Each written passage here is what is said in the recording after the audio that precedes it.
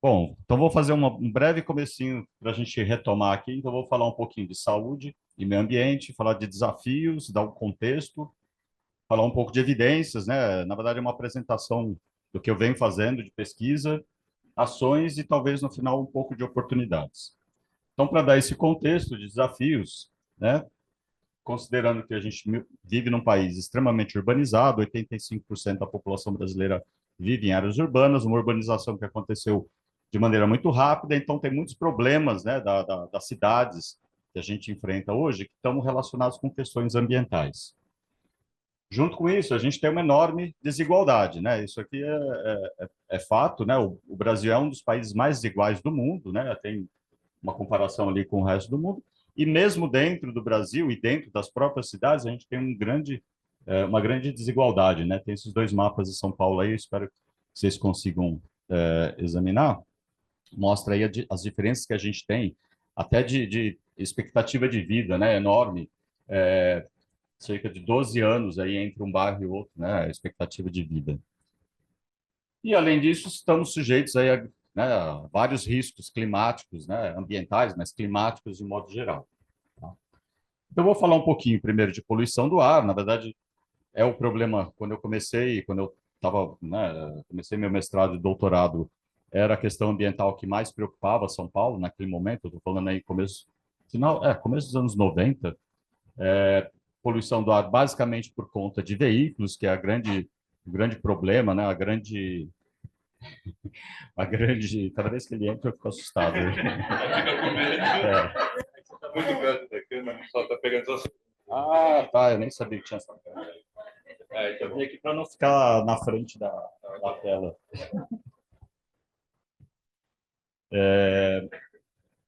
Para a maioria das cidades, a poluição do ar é por conta dos veículos, né? A questão industrial, ela é bem controlada já, mesmo em São Paulo, praticamente a gente não tem poluição industrial, é veículos, 90% dá para dizer, do ar que a gente respira é poluído por conta de veículos. E a gente tem também queimadas, né? Que embora a gente esteja um pouco afastado, mas eu gosto dessa foto. Eu estava até aqui na faculdade no dia que isso aconteceu, olhando o céu de São Paulo, exatamente isso. Ficou totalmente escuro com uma nuvem de fumaça que veio da Amazônia, da Amazônia, com fumaça de queimadas. Então, a gente está respirando poluição o tempo todo, tá? Além disso, a gente vem aí entrando mais para a questão climática mesmo. Eu acho que também está claro para todo mundo a quantidade de ondas de calor que a gente vem enfrentando. Eu deixei até essas duas matérias de jornais aí que são dos Estados Unidos, até para enfatizar que é algo que sai na mídia, né? Não é só aqui que a gente discute essas coisas. O que está acontecendo aqui aparece na mídia porque é, de fato, inesperado. Isso aqui foi no inverno do ano passado. Tá? No meio do inverno, a gente teve ondas de calor. E a gente tem, até 2 semanas atrás, ainda estava bastante calor. Então, assim, o clima está mudando, a gente está sentindo isso. E a gente vê isso de várias maneiras, né? A seca no Amazonas também, que foi uma seca sem precedentes, que terminou, melhorou e já estão programando que vai começar uma nova seca. Agora já está começando a diminuir o nível dos rios, já está se prevendo aí uma nova seca. Se por um lado a gente tem seca, a gente tem também as enchentes, que não precisa nem falar muito do que está acontecendo no Rio Grande do Sul, e não é só lá, na verdade a gente tem enchentes dessa, talvez não com essa magnitude, né, que aconteceu no Rio Grande do Sul, mas a gente tem periodicamente, mesmo aqui no município de São Paulo, a gente tem esse fenômeno dos ciclones, né, das tempestades tropicais que pelo menos assim, eu não lembrava na minha infância de ouvir falar de ciclone, sempre era uma coisa que acontecia, Foucault, furacões, esse tipo de coisa era algo que nunca era do Brasil, era sempre fora do Brasil, mas a gente vê isso começar a acontecer, tá? Não foi aconteceu agora no sul do país, mas periodicamente a gente tem esses ciclones, isso aí foi em julho de 2023, do ano passado, que causam, né, destruição enorme, além, claro, da quantidade de chuvas, né, torrenciais, e deslizamentos de terra, que é outro fenômeno também relacionado à mudança do clima, à quantidade de chuvas, né, concentradas em um determinado momento. Isso aqui é lá em São Sebastião, dá para ver aí, né, em 15 de fevereiro e depois em 25 de fevereiro, que uma montanha praticamente derrete, né, e cai basicamente em cima aí das moradias, né, que estavam ali próximas, né, das montanhas. Então, é um conjunto de fenômenos, né, de questões climáticas, não é só a onda de calor, né, é um conjunto de questões climáticas que vem afetando, e claro, dá para a gente entender ou imaginar aí uma série de impactos na saúde, né, que é o que eu vou tentar mostrar aqui agora. Claro que eu não tenho estudado todas essas questões, mas acho que algumas delas, inclusive, fazem parte agora de um novo projeto, mas o que eu venho tentando fazer nesses últimos anos é sempre identificar aí, trazer evidências, né, desses impactos. Primeiro com poluição do ar, que foi o que eu comecei lá atrás, como eu falei no meu doutorado, no meu mestrado e no meu doutorado. Isso aqui foi feito aqui em São Paulo, mostrando a poluição do ar, né, que um pequeno aumento nos níveis de poluição levam aí a 4 ou 6% de aumento na mortalidade cardiovascular e respiratória. Esse efeito, em geral, ele é um pouco maior para as pessoas de maior idade, tá? A partir dos 65, mas tem também efeitos em crianças, né? Aqui a gente não conseguiu identificar, mas tem também. E, curiosamente, ele é maior para aquelas pessoas de condição socioeconômica maior, porque aqui em São Paulo, pelo próprio desenho da cidade, isso vai aparecer talvez em algum outro slide aí mais para frente, a poluição ela é concentrada exatamente onde a população tem de maior renda, né, por conta do jeito como a cidade foi construída. O que é até difícil em alguns momentos, porque em muitos países é exatamente o contrário, né? Você tem a população de maior renda, eles estão vivendo em áreas que, em geral, são mais arborizadas, com melhores condições, então com menos poluição. Claro que não é só doença respiratória, nem doença cardiovascular. Hoje em dia a gente sabe que a poluição do ar ela afeta né, todos os sistemas e órgãos que a gente tem. Eu tenho estudos aqui com declínio cognitivo, né, usando até dados do ELSA, né, da corte aqui do HU, mortalidade perinatal, peso ao nascer. Trabalhei também com questão da queimada, né, não é só poluição por veículos, mas como eu falei, né, você tem queimadas. No caso do estado de São Paulo, queimadas de cana-de-açúcar, que já não tem, pelo menos eu acho que não, elas estavam para ser eliminadas, né? Eu imagino que já não existam mais. A gente tem ainda as queimadas no Amazonas, de modo geral, que também já participei de estudos que mostram o impacto dessas queimadas. Tem um estudo recente que mostra queimadas na Amazônia, mas o nível de poluição em Rio Branco, no Acre, aumentando por conta dessas queimadas, às vezes a 100, 200 quilômetros de distância, mas a pluma, né, de poluentes vai, né, até a cidade. Um outro estudo que foi aí já tentando trazer para a questão infecciosa, durante a epidemia da Covid, né, tem uma coorte de pacientes que está sendo acompanhados aqui no HC, por conta da Covid longa, né, seriam as sequelas, né, da Covid.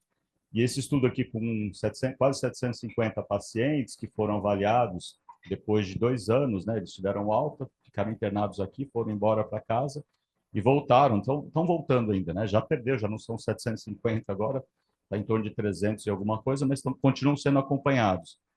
E foi feito um estudo para ver quais os sintomas que esses indivíduos ainda apresentavam, e a gente fez um estudo tentando comparar os níveis de poluição na área de residência dessas pessoas, tá? E a gente identificou aí que poluição estaria associada com 3 desses sintomas aí: a fadiga, a dispneia e o PCFS, que é uma escala, né, funcional pós-Covid, né, para pacientes pós-Covid. Então, mostrando que a poluição também, ela tem esse efeito, pode ter esse efeito agudo, mas ela também tem um efeito mais a longo prazo, mais crônico. Por favor. Claro.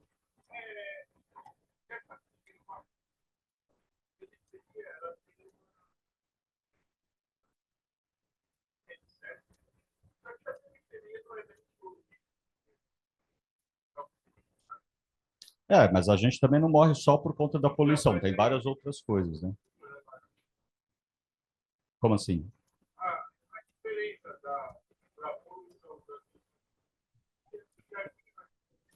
Então, Então, mas a gente tem que lembrar várias coisas. Primeiro que quem mora na periferia, em geral, trabalha aqui no centro, né? Passa a maior parte do dia, aliás, muito mais tempo do que quase todos nós, no transporte. E à medida que você está no transporte, é o momento que você está mais exposto, que você está esperando o ônibus numa avenida bastante poluída. Então, o fato de você morar, sei lá, num lugar menos poluído, não necessariamente significa que você está respirando o ar mais puro o tempo todo. Tá? Bom, aqui, do ponto de vista de exposição, e aqui eu começo a mostrar uma série de estudos que eu venho fazendo, que é de um projeto colaborativo latino-americano que envolve 11 países da América Latina, uma série de cidades, cerca de 370 cidades latino-americanas. A gente também vem examinando, né, exposição à poluição do ar, como é que se dá essa exposição. Aqui a gente tem para PM2,5, que é um dos poluentes, né, que é o material particulado, que é um dos mais importantes, considerado, né, que traz mais efeitos à saúde, e dióxido de nitrogênio, que também é bastante, né, bastante estudado. E mostrando aqui que aqui para cada pontinho desses aqui é uma cidade, né, no caso do Brasil, e de cada um dos países que foram estudados. E isso aqui era o padrão recomendado como aceitável pela Organização Mundial da Saúde. E praticamente mais da metade dos municípios, mais da metade, né, estavam acima desses padrões. A mesma coisa. E isso porque o padrão era um padrão antigo. Esse padrão foi atualizado e, na verdade, praticamente todas as cidades agora que a gente tem estão respirando o ar que seria considerado impuro, tá? Um ar que não é recomendado. Basicamente, o que se fala hoje é que 90% da população no mundo está respirando ar insatisfatório, vamos chamar assim. Do ponto de vista do NO2, do dióxido de nitrogênio, é o mesmo tipo de análise, só que aqui a gente trabalhou com cidades, aqui a gente trabalhou com bairros, distritos de cada uma das cidades. Então, aqui a gente tinha 370 cidades no total, aqui a gente tem 40 mil bairros ou distritos, tá? Mas é mais ou menos a mesma ideia, mostrando também que o padrão, né, de considerado aceitável está bem abaixo, a maior parte da população continua respirando aí ar de qualidade insatisfatória. E olhamos também fatores associados a essa poluição. O que leva, né, cidades, a gente está comparando 370 cidades, por que uma cidade é mais poluída que a outra? Quais seriam esses fatores? Algumas coisas meio claras, né, e talvez que talvez seja importante documentar, mas, por exemplo, ter áreas verdes protege, você tem menos poluição quando você tem áreas verdes, quando você tem mais áreas verdes, né? Você ter transporte coletivo, né, de massa, e aqui, nesse caso aqui, é basicamente metrô, trem de superfície, ou BRT, né, aquelas linhas de BRT, que é bastante comum em outros países, aqui no Brasil também. Então, também protege. Você ter uma cidade muito espalhada no NO2, aqui que a gente fez essa análise, também, de novo, aqui para bairros, a gente vê aqui densidade populacional, os bairros mais ricos, né, corroborando o que eu falei, que acabam tendo mais poluição, né, e ter áreas verdes e ter é o que protege, diminui, né, os níveis de poluição, você ter mais áreas verdes. E quanto mais próximo do centro, né, a gente tem os níveis de poluição acabam sendo mais concentrados, que é o que a gente observa aqui também em São Paulo. E, obviamente, que a gente foi também atrás de efeitos na saúde. Tá? Então, isso aqui é um pouco mais recente, mas mostra para essas 300, aqui no caso 337 cidades da América Latina, cerca de 200, eu não lembro agora quantas eram do Brasil aqui, mas acho que algo em torno de 200. Efeito da poluição do ar, basicamente em causas cardiovasculares e respiratórias. O efeito que a gente observou um pouco maior em doenças cardiovasculares, e mais para homens do que para mulheres, e aumentando conforme a idade, tá? Para pessoas de 60 anos ou mais. Então, é um efeito que é mais evidente, pelo menos nesse estudo, para doenças cardiovasculares em homens e com mais idade.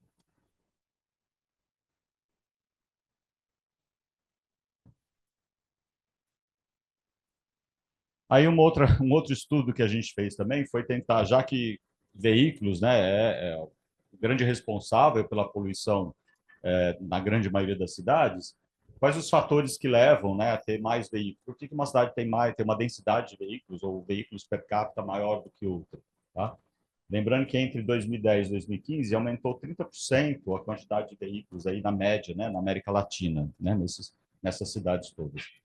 E basicamente o que a gente encontrou de novo, né, a conformação urbana, o jeito que a cidade é construída, né, a fragmentação, cidades que são onde a conexão é muito difícil, você acaba tendo mais necessidade de veículos, né? Eu não sei se alguém já viu aqui exemplo de algumas cidades americanas onde eles fazem aqueles bairros onde para você ir da sua casa na casa do vizinho, você tem que dar uma volta enorme, porque não tem um caminho que corta, né? Você tem que e aí, claro, todo mundo tem que ter carro. Basicamente, você tem que ter carro, porque é quase como não ter carro é como não ter pernas, porque você não consegue se mobilizar, não consegue fazer nada. E o transporte coletivo em algumas cidades no interior dos Estados Unidos é péssimo. Então, basicamente, obriga você a ter veículos. Então, o jeito como as cidades são construídas também tem esse impacto. Tá?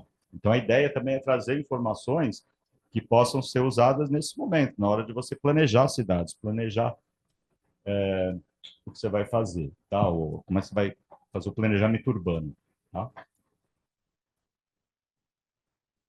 E aí, entrando um pouquinho na questão da temperatura, né? Esse também parte desse projeto latino-americano, aqui com 326 cidades, né? Aí tem as temperaturas médias de cada uma das cidades estudadas, né? No Brasil e nos outros países aqui da América Latina, tá? A gente fez uma avaliação aí para ver impacto na saúde, tá? Impacto, no caso, na mortalidade, na mortalidade cardiovascular, novamente, e respiratória. Aí, basicamente, o que a gente tem um efeito para toda, né, o calor, ou o calor mais extremo, ou o frio e o frio mais extremo. E, basicamente, se a gente for olhar, vamos pegar o efeito do calor, ele é até relativamente menor, né, que o efeito do frio. A gente sofre mais, né? A gente tem um aumento da mortalidade até maior no frio do que para o calor, tá? Mas, na verdade, para cada grau que aumenta de temperatura, ou cada grau que diminui de temperatura, existe a relação entre temperatura e mortalidade, né, e saúde de modo geral, uma relação em formato de U. Né? Você tem uma temperatura, vamos dizer assim, ideal, acima da qual você começa a aumentar a mortalidade, ou abaixo da qual também aumenta a mortalidade. Tá? Está nesses gráficos aqui, claro que nem todos têm esse formato de U, isso aqui é para cada uma, né? Cada uma das 326 cidades foi feita uma análise desse tipo. E basicamente o que se vê, e é o que também já está evidenciado na literatura, é que o aumento relacionado com o calor ele é muito maior, muito mais tem uma angulação maior, ou seja, para cada grau de aumento de temperatura, o teu risco de morte aumenta muito mais do que para temperaturas mais frias. Tá? Então, por isso que tem, claro, o frio também é importante, né? Mas a questão das ondas de calor e essa mortalidade enorme que a gente observa, principalmente nos países que são mais frios, aqui a gente também tem a questão da climatização, né? Nós somos um país tropical, então as ondas de calor elas afetam. Tem gente morrendo, né? Morreu uma menina no show da Taylor Swift no Rio de Janeiro de exaustão térmica. E tem um monte de gente que vem morrendo de exaustão térmica, só que isso não é diagnosticado. Até porque os médicos não, né, não é algo que a gente. Eu não aprendi isso na faculdade, eu duvido que alguns dos médicos que tenham aqui tenham aprendido isso na faculdade. Então, é algo que a gente ainda precisa incorporar, né? A gente vem falando isso aqui, precisa ser incorporado no ensino médico, um pouco é, dessa nova realidade que a gente está vivendo. E temperatura também, isso aqui também é um estudo mais antigo meu, mas a gente mostra que o efeito da temperatura, né, um aumento de 2,6 por cento na mortalidade para cada grau acima de 20. Na verdade, a temperatura, vamos dizer assim, onde a mortalidade seria mínima, é em torno de 20 graus. Nesse estudo aqui foi 20 para cada, né? Claro que isso varia sempre um pouco, mas tanto para cima de 20 quanto para baixo de 20 você teria aumento na mortalidade. A gente tem um aumento para cada grau aqui acima de 22,6%. E nesse caso, ele é menor para aquelas pessoas, né? Esse efeito é menor para as pessoas de melhor condição socioeconômica. tá? Aqui, cada uma dessas barrinhas aqui é uma condição socioeconômica. A temperatura também tem efeitos aí na gestação, né? Já tem vários estudos, esse aqui a gente também fez na América Latina. Basicamente são só 3 países aqui, Brasil, México e Chile. No Chile a gente não encontrou esse efeito, mas tanto no Brasil quanto no México, observa-se aí, se mães que tiveram a gestação, né, expostas com níveis de temperatura maiores, têm mais risco, né, de ter uma criança com menor peso ao nascimento. Tá? A gente continua, na verdade, continua explorando esse tipo de associação, né, que não é só baixo peso, prematuridade também, está bastante relacionado com a questão da temperatura. A gente tentou examinar diferenciais socioeconômicos, né, para esse efeito da temperatura, na verdade, tanto do frio quanto do calor. Não encontramos muita evidência de modificação de efeito, tá, para questões socioeconômicas aqui, escolaridade, o índice de higiene. Não encontramos muita evidência de uma modificação desse efeito da temperatura. E áreas verdes, que seria, né, o que a gente vem não só para a poluição do ar, mas também para a temperatura, é a grande, vamos dizer assim, intervenção do ponto de vista de adaptação, né, à mudança do clima, é você aumentar áreas verdes. A gente também, para a América Latina, encontrou aí uma proteção modesta, mais para cidades, né, relativas a determinadas zonas climáticas. Difícil também trabalhar com a América Latina, porque a gente tem desde países bem ao sul, como a Argentina, até o México, que é praticamente equatorial, né? Então a gente tem uma diferença de zonas climáticas muito grande. Então a proteção, por exemplo, que a áreas verdes pode trazer, ela não se dá igual, né, de norte a sul, ela vai ter diferenças, e é mais ou menos isso que a gente encontrou aqui. E do ponto de vista de ações, aí só para lembrar também um pouco, quando a gente fala em ações, tem 2 tipos de ações, vamos dizer assim, de modo geral, né, quando a gente fala em mudança do clima. Tá? A primeira são as ações de mitigação, que estão muito relacionadas com o que eu já vinha trabalhando, que é a questão da poluição do ar. Né? Na medida que você diminui a queima de combustíveis fósseis, que você deixa de poluir, que você deixa de queimar petróleo ou biomassa, você, claro, vai ter um impacto na saúde, porque você tira a poluição, você deixa de emitir poluição do ar, então você vai ter um impacto imediato na saúde, e, ao mesmo tempo, você contribui para a diminuição da mudança climática. O que está levando essa alteração no clima é a emissão de gases de efeito estufa, e quando a gente queima o petróleo, não é só o material particulado, é CO2 também que está sendo eliminado. Tá? Quando você queima a floresta, você está eliminando CO2. Tem material particulado, mas você está eliminando CO2 também. Então, você está contribuindo aí para a mudança climática. Então, as ações muito focadas em questões de diminuir, né, queima de combustível fóssil, tem esse papel aí do chamado co-benefício, né? Você, ao mesmo tempo que você evita a poluição, salva algumas vidas, você contribui para que a mudança climática não se acelere, né? Porque melhorar ela não vai melhorar mais, né? E algumas ações, e tem as ações de adaptação, que eu não vou entrar muito no detalhe aqui, mas que o clima já mudou, a gente tem que agora pensar em como a gente se adapta, como é que a gente vai sobreviver no planeta com mais ondas de calor, com fenômenos de desastres ambientais extremos, como que a gente viu, está vendo ainda no Rio Grande do Sul e outros, como eu mostrei aqui, que vão continuar acontecendo e vão ser cada vez mais frequentes. Então, a gente também tem que se adaptar a isso. Né? Então, que envolve aí uma gama enorme de possibilidades. A gente pode falar um pouquinho depois, no final. Mas só para dar alguns exemplos, né, como eu falei, eu estou tentando apresentar aqui um panorama de coisas que eu já fiz. Esse aqui é um estudo que mostra o papel quando inaugurou aqui o trecho sul do Rodoanel, se não me engano foi do trecho sul.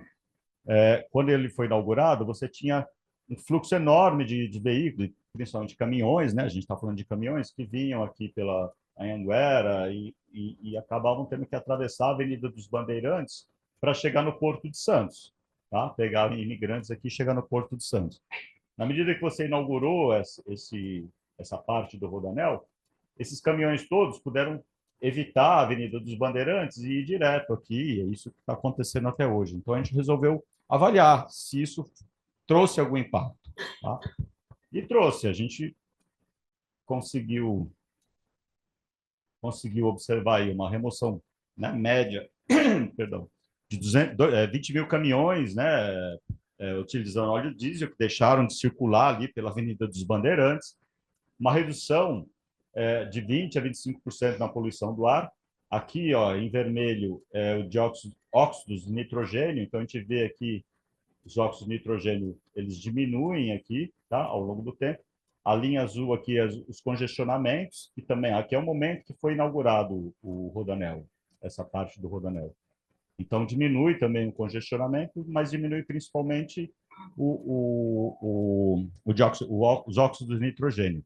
E calculamos aí o quanto que a gente economizou, ou deixou de hospitalizar, ou de, né, mortes evitadas para cada veículo, veículo pesado que deixou de circular ali na Avenida dos Bandeirantes. Agora, o curioso é que, embora a poluição tenha se mantido, né, ela diminuiu aqui a partir da inauguração do Rodoanel e se manteve, o índice de congestionamento ele voltou a subir.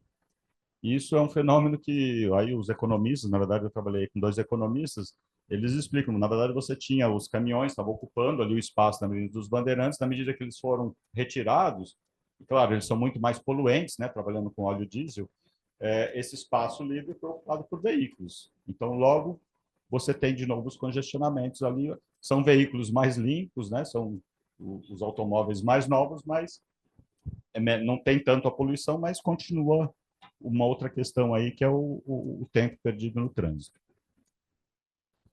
Um outro estudo também que eu achei bastante interessante, quis mostrar aqui, é essa intervenção que foi feita na Cidade do México, que começou em 15 de dezembro de 2015. Eles instituíram aí um limite de velocidade para uma série de ruas e avenidas da cidade, introduziram radares, multas mais pesadas, foi feito todo um planejamento, toda uma campanha de comunicação, de divulgação dessas atividades, e aí a gente tentou olhar o que aconteceu antes e depois, né, um tipo de análise, né, que é a série temporal interrompida, para ver o que aconteceu, né, se a partir do momento que você faz essa intervenção, se você tem algum impacto aí no caso da poluição do ar, efeitos na saúde, esse tipo de coisa, tá? Basicamente, o que a gente viu é que houve sim uma diminuição. Na verdade, tem um outro estudo que esse eu não participei, que mostra a diminuição de acidentes de trânsito, que é, né, meio esperado. Na medida que você diminui a velocidade dos veículos, você tem menos acidentes de trânsito. Então, claro, você deixa de ter mais mortes aí por conta disso. Mas teve também uma diminuição nos níveis de poluição, né? Esse gráfico aqui é esquemático, mas mostra o que mais ou menos o que aconteceu. Você tinha um nível de PM2,5 que a partir do momento que foi instituído essa diminuição de limite de velocidade, você tem uma diminuição nos níveis de PM2,5. E a mesma coisa acontece com o NO2, um pouquinho menos evidente, mas também há uma diminuição. Então, são pequenas ações, né, intervenções urbanas, do ponto de vista das cidades, que contribuem, né, podem não resolver o problema, mas contribuem aí para diminuir, né, a poluição e, de novo, né, ajudar a não emitir tanto gases de efeito estufa. Esse aqui também que eu gosto, porque mostra o aumento na utilização de bicicletas, né, pela população. Também aqui são cidades, né, da América Latina. Mas o que eu acho interessante aqui é que esse aumento ele é até maior entre aqueles de renda mais alta, tá? Que era o que menos usavam bicicleta e passaram a ser os que mais usam agora.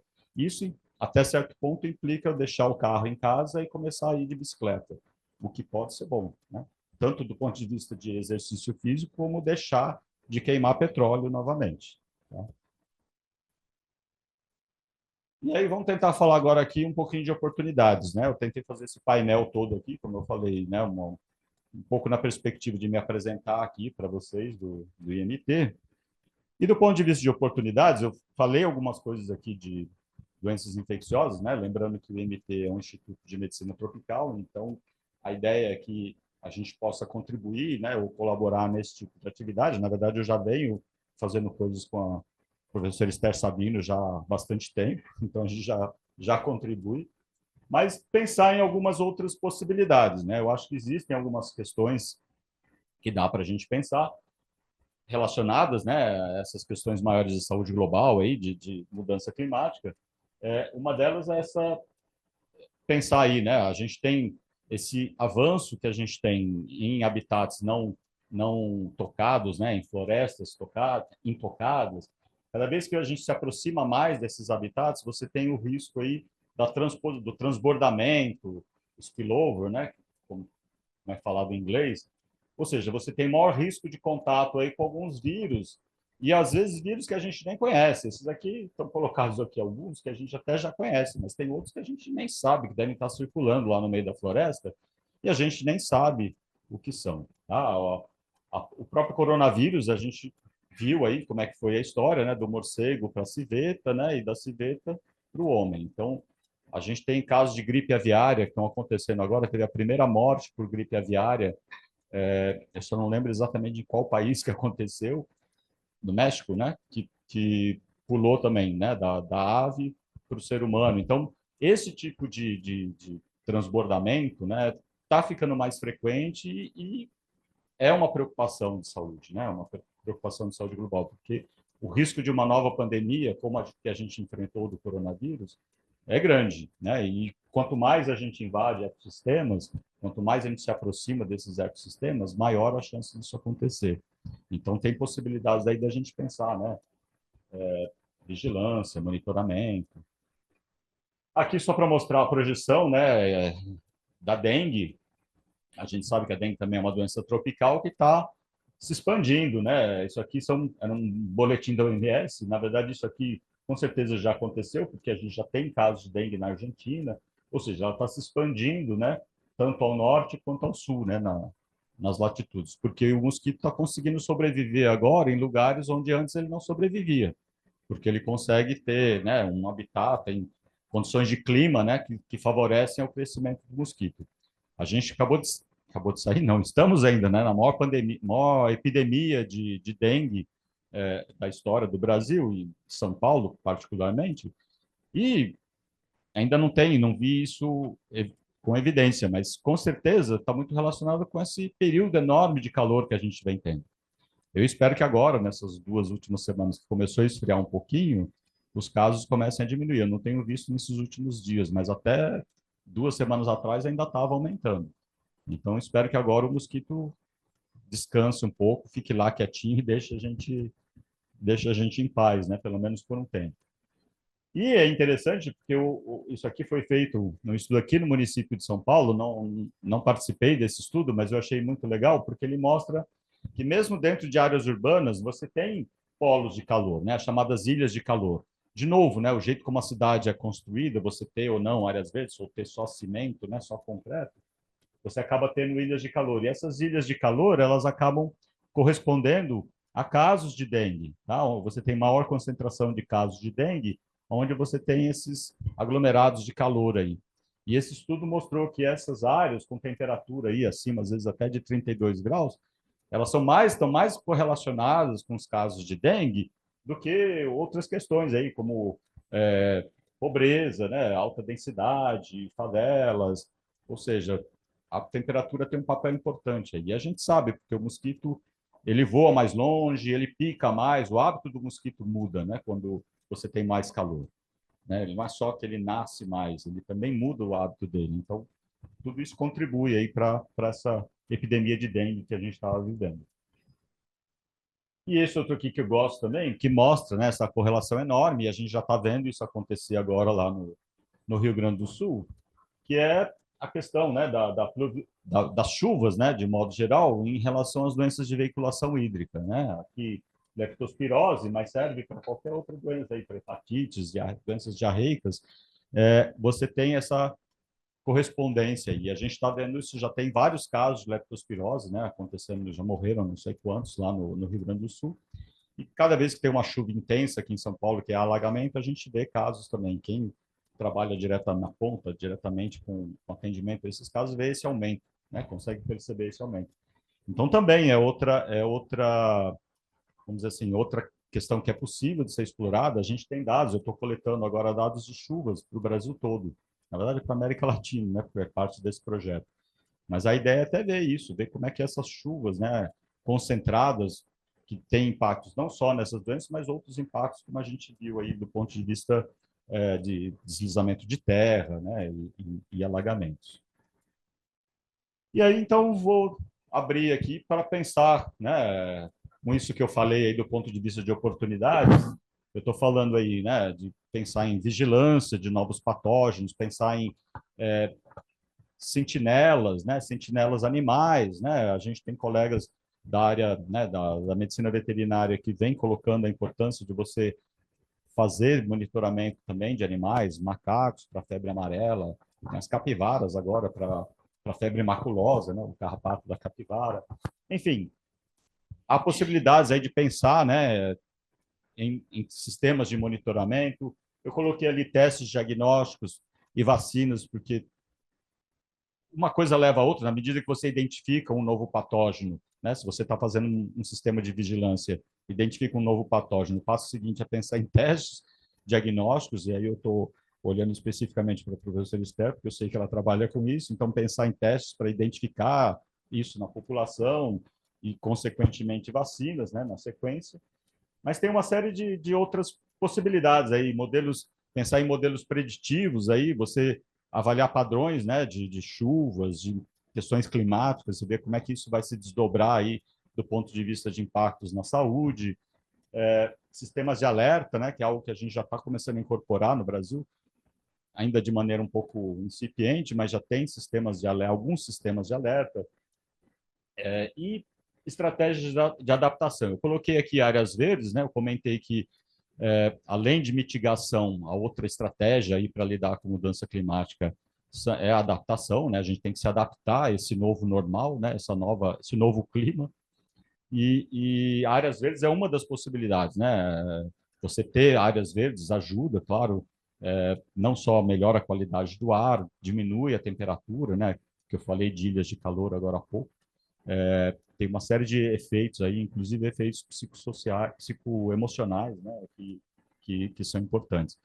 Então, assim, é um panorama aí de questões e uma possibilidade aí de pensar, né, em algumas, sei lá, algumas aventuras aí científicas, tá bom? Obrigado.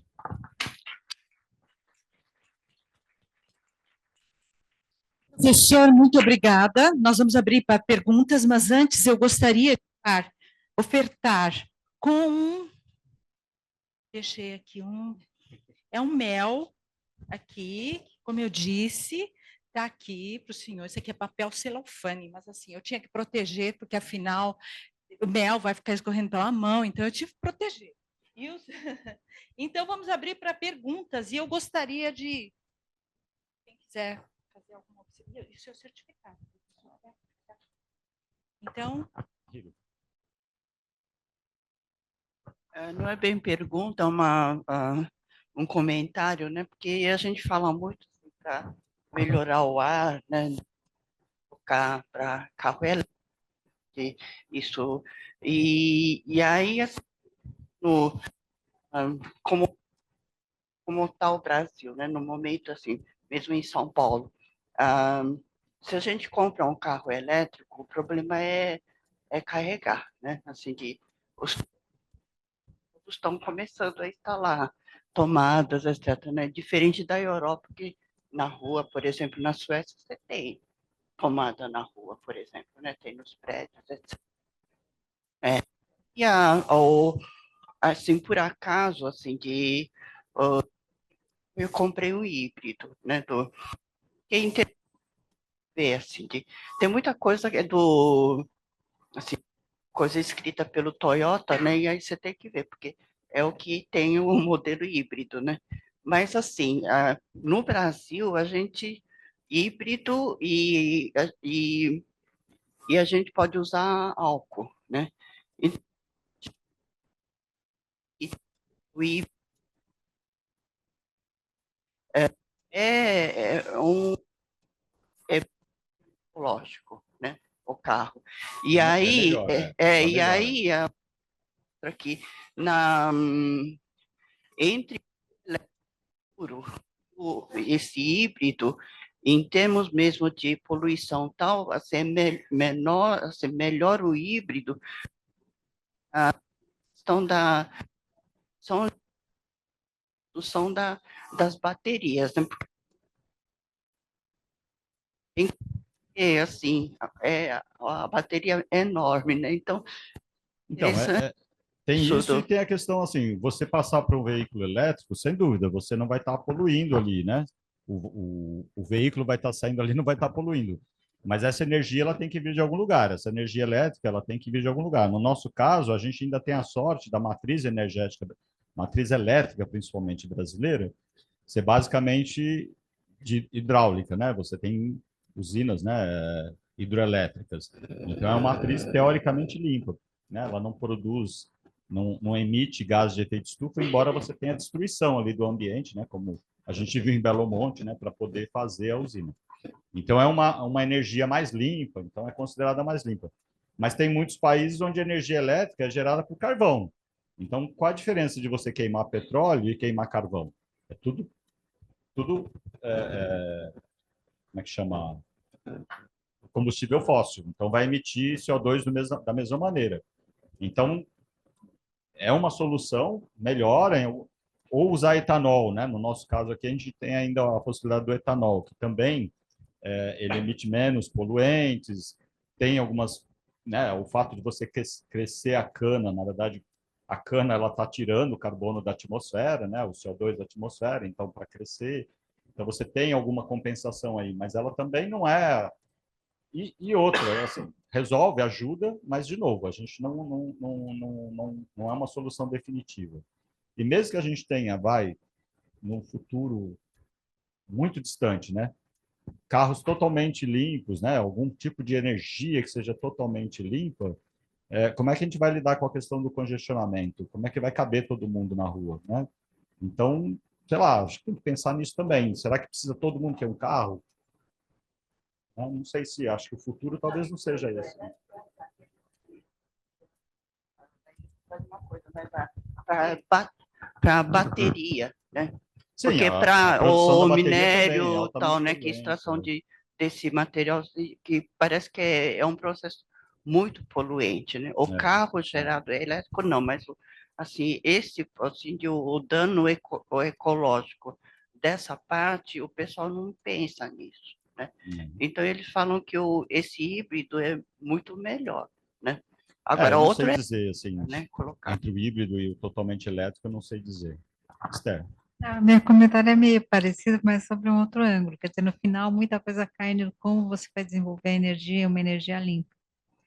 Só que o que eu fui numa reunião, eu fiquei tão assim, impressionada, porque eu acho que a universidade não traz uma solução que resolva todos os problemas. Então, eu vi um que a pessoa estava falando, acho que é um professor da Unicamp, essa questão de você ter outras plantas que liguem, que junte o carbono, mas sem nenhuma visão sobre o impacto na ecologia, quer dizer, quanto que a cana-de-açúcar destruiu do meio ambiente em São Paulo, quanto que você tem. Então, você não tem soluções, não vai existir uma solução perfeita, mas pelo menos a universidade tinha que chegar com soluções assim um pouco mais complexas, que não olham só o lado da produção de energia, que não olhem só a parte da ecologia, que resolva a parte.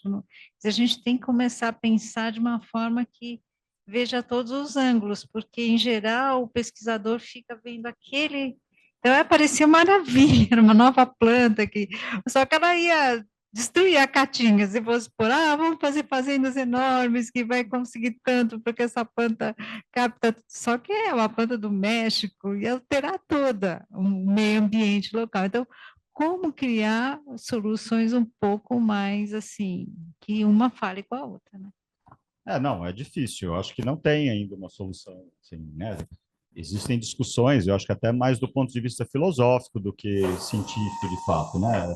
Você pensar no tal do decrescimento, né? Assim, não precisa para que PIB, né? Assim, por que crescimento?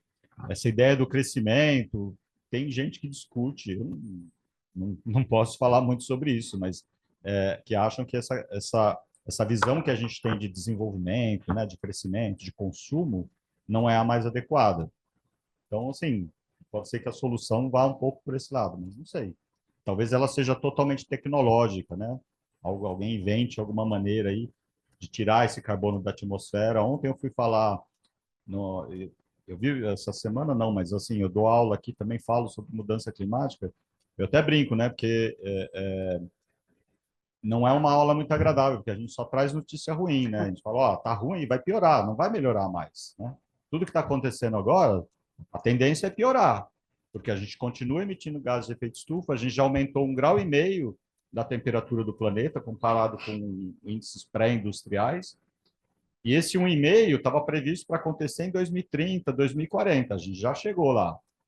E assim, tem gente que fala que a partir de 2, assim, se já está ruim agora, com 2 graus, já, esse mês de maio, a medida de maio, o maio foi o mês mais quente da história do planeta, né? Chegou a 1,6 grau e 3, acho 63, acima do nível pré-industrial. 2023 foi o ano mais quente da história. 2024 não vai ficar muito longe disso. Então, assim, não há perspectiva de melhora, só vai piorar. E, assim, a gente tem que tentar fazer alguma coisa para que não piore, piorar vai, mas que não piore muito, pelo menos, né? Acho que essa que é a mensagem. É um pouco pessimista, mas eu acho que talvez seja por aí, porque achar que alguém vai trazer uma solução tecnológica é que nem acreditar em extraterrestre, sei lá, né? Diminuir o consumo, né? Por isso que eu venho de bike, mas eu sei que há uma limitação de muita gente para vir de bike, depende de onde você mora, tudo mais. Então, eu tento fazer a minha ação com essa questão de vir de bicicleta, mas para mim tem sido possível por conta de eu ter a via da Paulista, da Avenida Paulista inteira.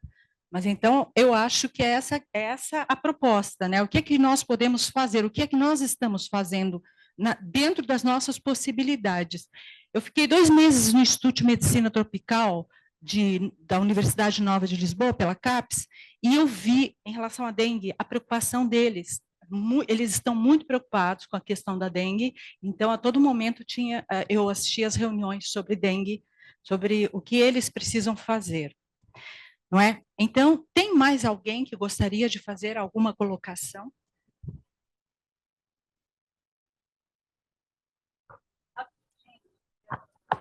Tem que atentar ao fato da parceria. Tem que pedir parceria, o governo, as entidades pedir parceria, senão não chega lá, como ele falou. Sim, todos nós temos que fazer alguma coisa, não é? Professor, primeiramente, bem-vindo à direção e ótima palestra. A minha dúvida é se, a respeito da gripe aviária, o senhor acha que pode ser a nova pandemia ou se o senhor, diante dos seus estudos, tem em mente outro agente, bactéria, outro vírus, enfim? Não, eu não tenho, assim, nem estou acompanhando essa gripe aviária, assim, eu acompanho pela mídia, né, como acho que a maioria aqui. Não sei dizer, assim, se tem potencial, claro. Agora, tem milhões de outros vírus aí que a gente nem sabe, né, que estão por aí. Tem o degelo, né, dos polos aí, da camada de gelo que está lá, tem vírus que está congelado ali há milhares e milhares de anos, que a gente não sabe o que eles são, o que eles causam. Com o derretimento dessas geleiras, também podem ser liberados. Fora esses que estão aí nas florestas, que a gente também não conhece. Então, assim, não dá para fazer uma previsão, né? Eu dou uma aula no 4º ano, aqui na faculdade, e a gente sempre fala da, né, pandemia, tal, que a OMS até hoje coloca, e ainda né, é a influenza, né? No caso aí da gripe aviária, é um vírus influenza, um subtipo, né? Que é a grande preocupação, né, da OMS. E, de repente, tem um coronavírus, né? E parou o mundo aí por 2 anos, né? 2, 3 anos. Então, pode acontecer a mesma coisa, né? Não dá para saber. Né? Prazer ouvir você aqui no IMT. Minha chefe. Eu sempre o escuto lá no Departamento de Medicina Preventiva. Eu peço desculpas, cheguei um pouco atrasada. Eu queria fazer um comentário que eu acho bastante pertinente, né? A maioria das perguntas, elas giram em torno da ação atual em cada um de nós sobre essas situações, né? Para além dessas políticas públicas que você fala de trânsito, enfim, nesse sentido. Eu queria levantar e problematizar um aspecto que tanto a responsabilização individual quanto as políticas públicas e as políticas de saúde, né, devem estar atenta à diversificação, né, porque a responsabilização das pessoas com alta renda e alto rendimento é bastante diferente da forma como as pessoas que já vivem em estados de pauperização podem também contribuir, né? E também as políticas públicas, quem acessa essas políticas públicas de redução de danos, seja nas questões de poluição ambiental ou nas decorrências de enchentes e na decorrência de outras catástrofes climáticas, né? Então, eu acho que talvez um dos grandes desafios nossos é também olhar diferentemente para quem contribui mais e qual é o peso dessa responsabilização individual. Numa pesquisa que a gente fez, inclusive, junto com a Miguel Hernandes, com a professora Maria Pastor, fica muito claro que os jovens de periferia, eles se engajam em atitudes responsáveis, né? Inclusive muito mais do que os jovens de alta escolaridade e alta renda, né? Então, como a gente também começar a olhar para essas atitudes e olhar para quem é alvo beneficiário dessas políticas, né? Em torno dessas questões de meio ambiente. Sim. Inclusive, acho que a perspectiva da desigualdade, ela tem que estar sempre presente, né? Eu acho que eu mostrei, não sei se você já tinha chegado, mas eu comecei falando sobre isso. A gente é um país muito desigual, né? Dentro do estado de São Paulo, a gente tem níveis de desigualdades enormes, então isso tem que estar sempre presente aí, como, no mínimo, como contexto. Só uma rapidinho. Sobre a gripe aviária, assim, conversando com o veterinário, assim, em relação à saúde humana, né, o impacto pode não ser tão grande, né? Os sintomas, tal, é uma gripe, né? Vamos dizer, pelo menos até onde eu sei. Agora, o grande impacto vai ser na área agropecuária, agrícola, porque assim, se entra gripe aviária numa fazenda, vai ter que matar toda a criação, né? Sim. E o que isso significa no Brasil, por exemplo, que é um grande exportador de frangos, etc., né? Isso daí, tá? E aí, aproveitando, assim, uma licença, que a gente trabalha agora trabalhando para Congresso de Medicina Tropical, que vai ser aqui no Rebouças, em setembro, então convido todo mundo para participar, e o lema é saúde única, uma só saúde, que envolve outras espécies animais e a questão ambiental, tá bom? Então, todos estão convidados. Bom, acho que tem mais gente para você quer... Não, queria agradecer sua aula, foi incrível. Até fazer um complemento, né? Todo mundo tem que pensar e tal. Aí você vê em alguns países a ideia, mas já talvez a construção em pequena escala dessas novas cidades sustentáveis, aquela coisa ultra tecnológica, cheia de árvore, linda. Mas quem que vai morar lá? Então, são poucas pessoas privilegiadas a morar lá, em volta vai continuar a mesma coisa. É o tipo de solução que, como você falou, tem que pensar com uma maior complexidade. E isso é uma solução muito complexa, que eu acho que vai ter um impacto muito pequeno. De novo, né? Eu acho que soluções tecnológicas elas podem ajudar, mas tem que levar em conta isso, tem que ser equânime, né? Tem que ser para todos, esse tipo de coisa. Muito obrigada, incrível sua Obrigado. aula. Parabéns pela aula e pelo... Tá, bom dia a todos. Meu nome é Nazareno, sou pós-doc aqui no DM49, trabalho com a doutora Silvia Costa, eu de vez em quando também com a doutora Esther Sabino, e eu trabalho mais na disseminação, a minha área de pesquisa é mais a disseminação da resistência ao antimicrobiano no meio ambiente. Será que você poderia um pouco mais para... Acho que fica mais confortável. Isso aqui está funcionando? Tá.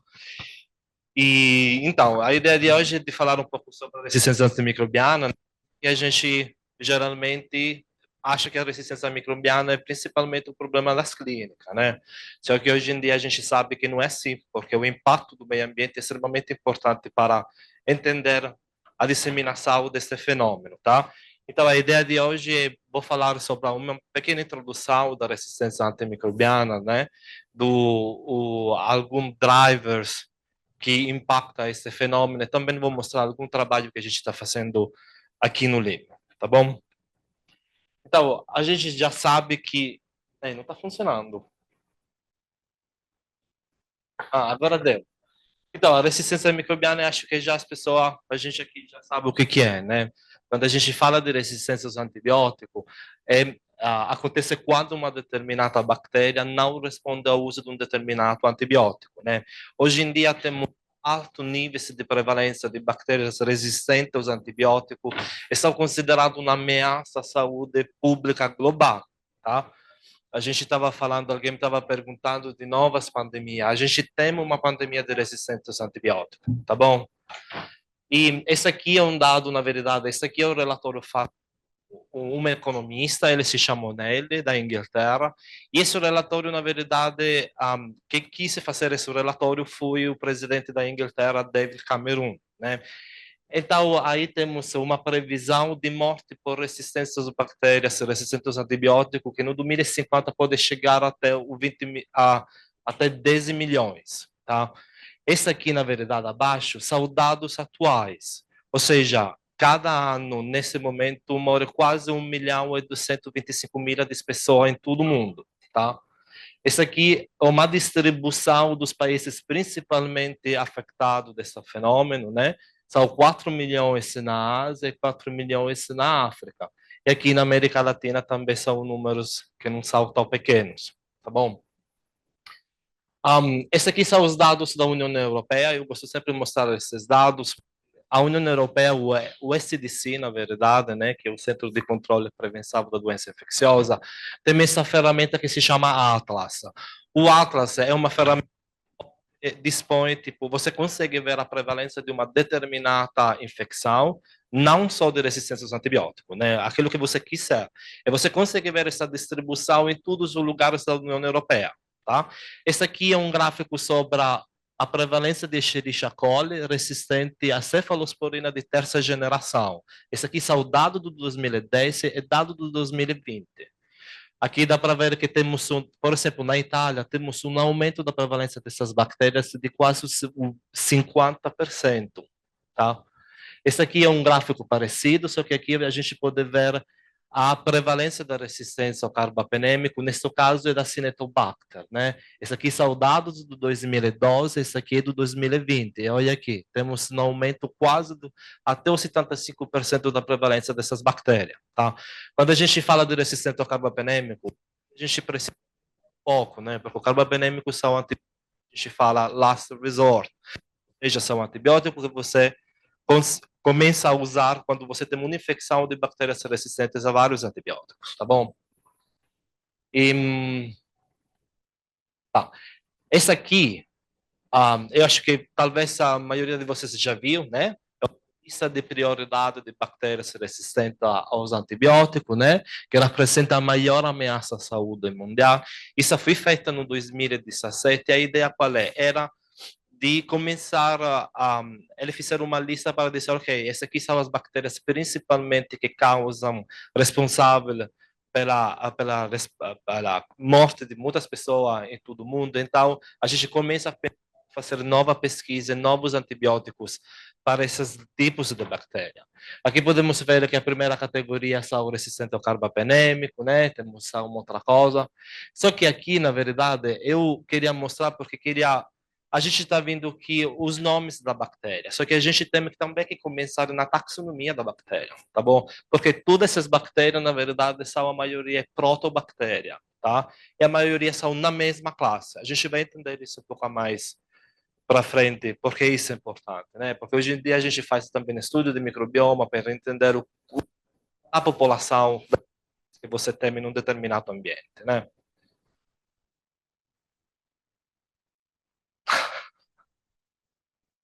Às vezes dá, às vezes não.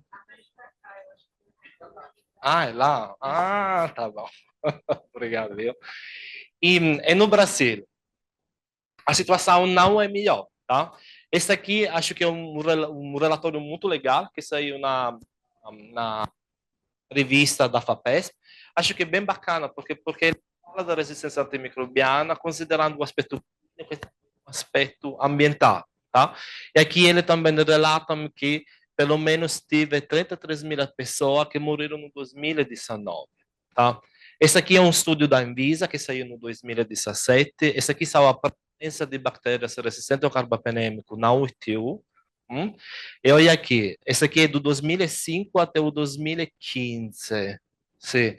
Olha, temos um aumento da Cinetobacter baumannii do 60% e também da Klebsiella pneumoniae. Tá? Quando a gente olha a realidade do Brasil, a gente considera essas bactérias, principalmente Klebsiella, a Cinetobacter e Pseudomonas, que são resistentes ao carbapenêmico.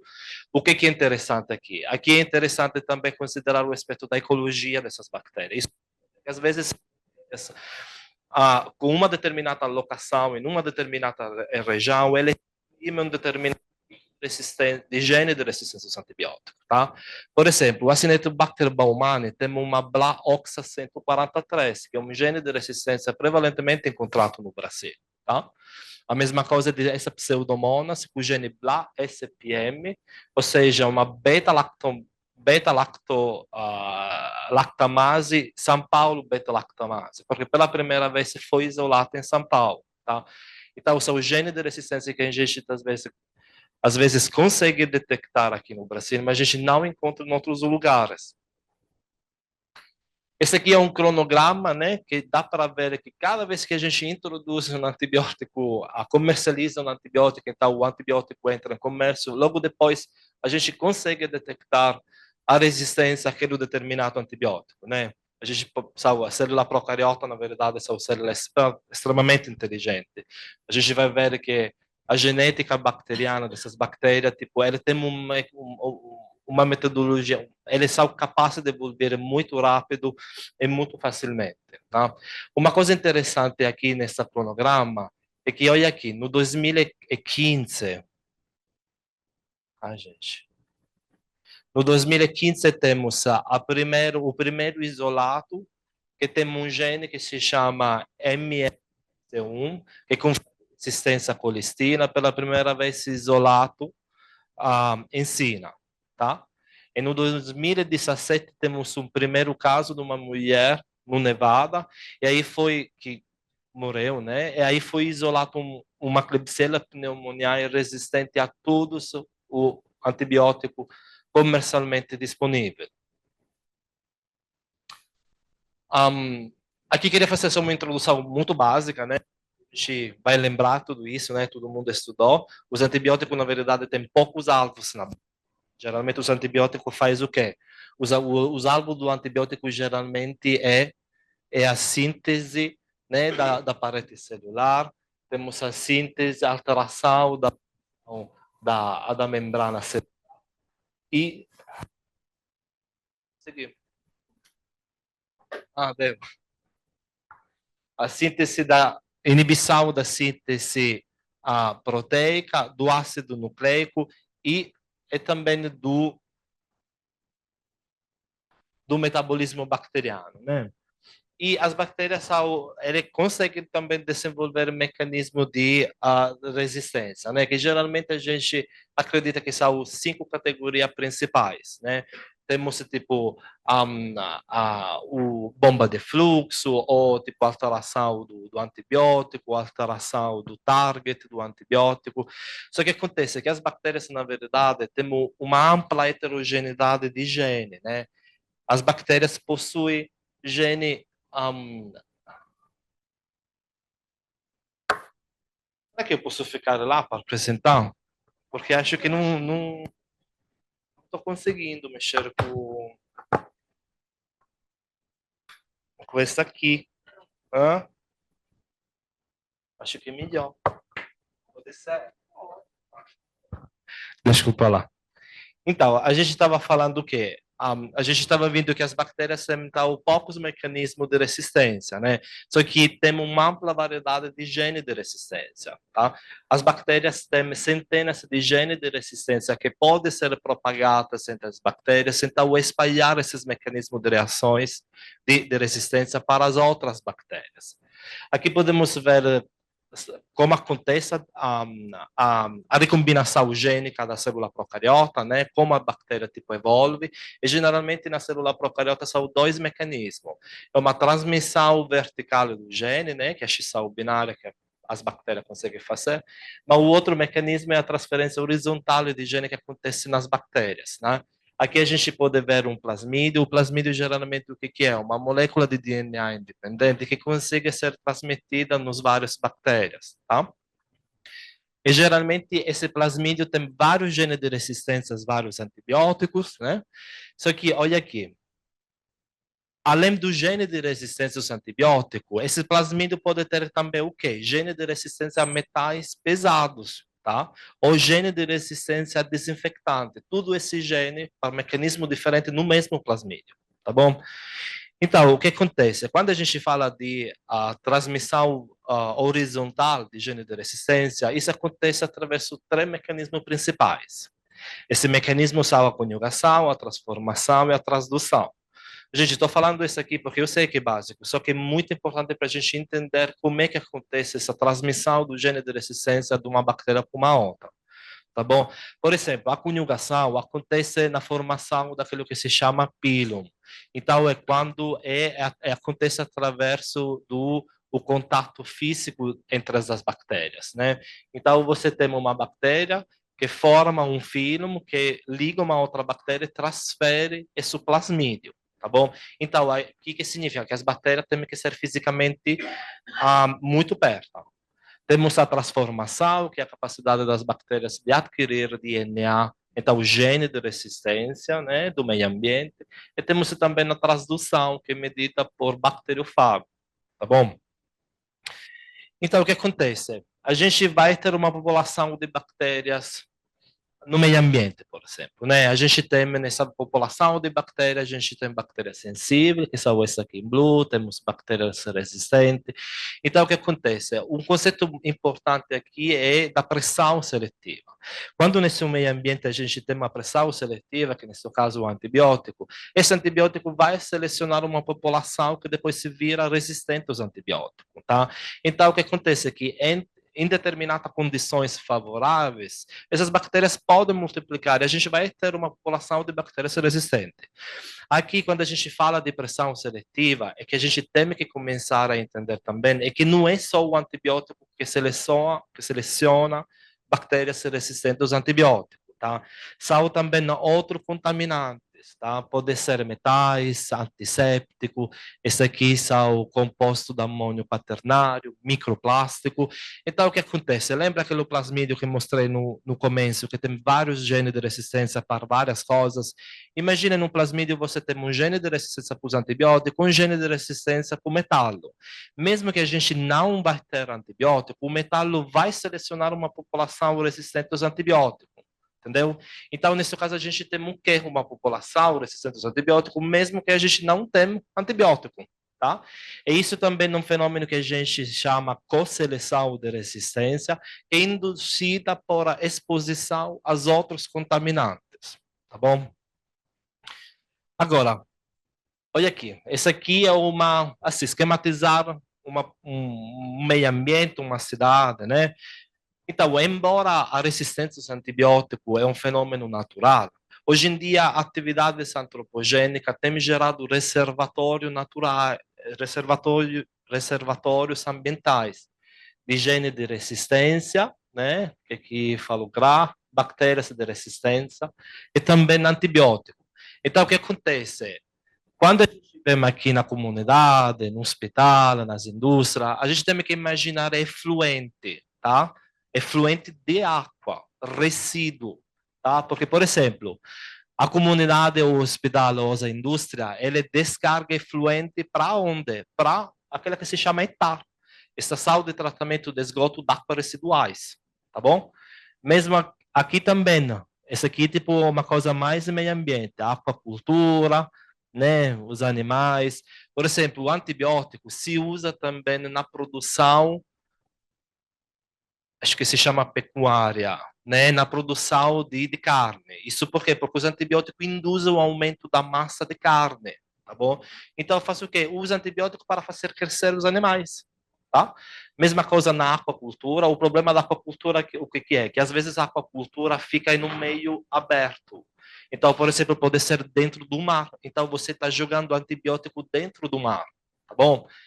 Então, aquilo que queria dizer aqui, que esses pontos vermelhos são os principais reservatórios de resistência aos antibióticos, e também os principais pontos onde a resistência aos antibióticos dissemina no meio ambiente, tá? Agora, o que acontece? Imagine essas bactérias que saem no meio ambiente.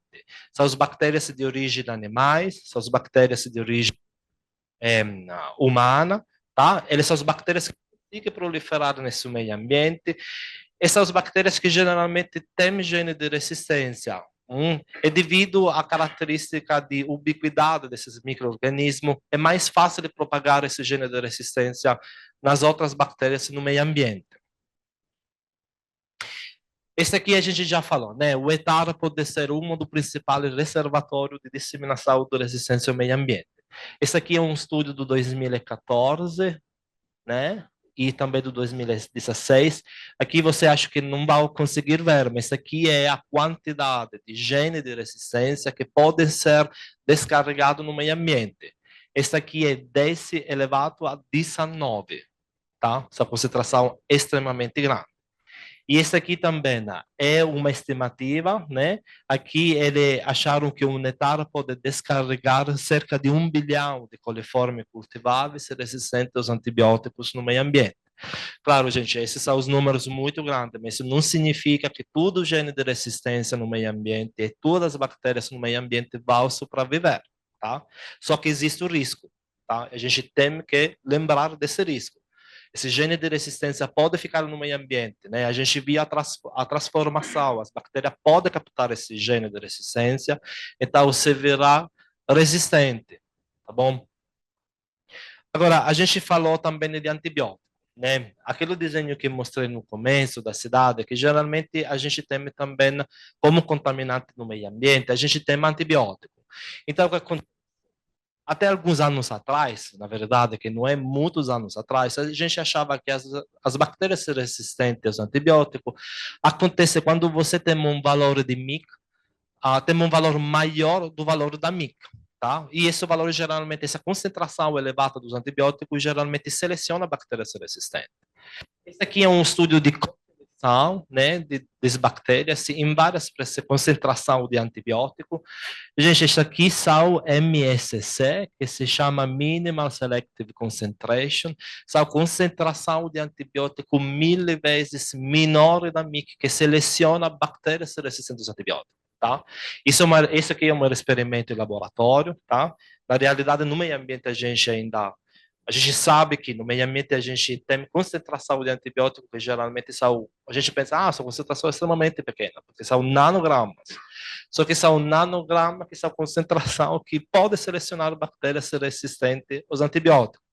Temos uma outra coisa também, que a gente às vezes fala que é o paradoxo da resistência aos antibióticos. Quando você tem uma concentração tão pequena de antibiótico, existe uma coisa que se chama quorum sensing. Tá? Essa pequena concentração de antibiótico pode aumentar a probabilidade de transmissão horizontal de gene de resistência. Nesse caso, pode aumentar a probabilidade de conjugação.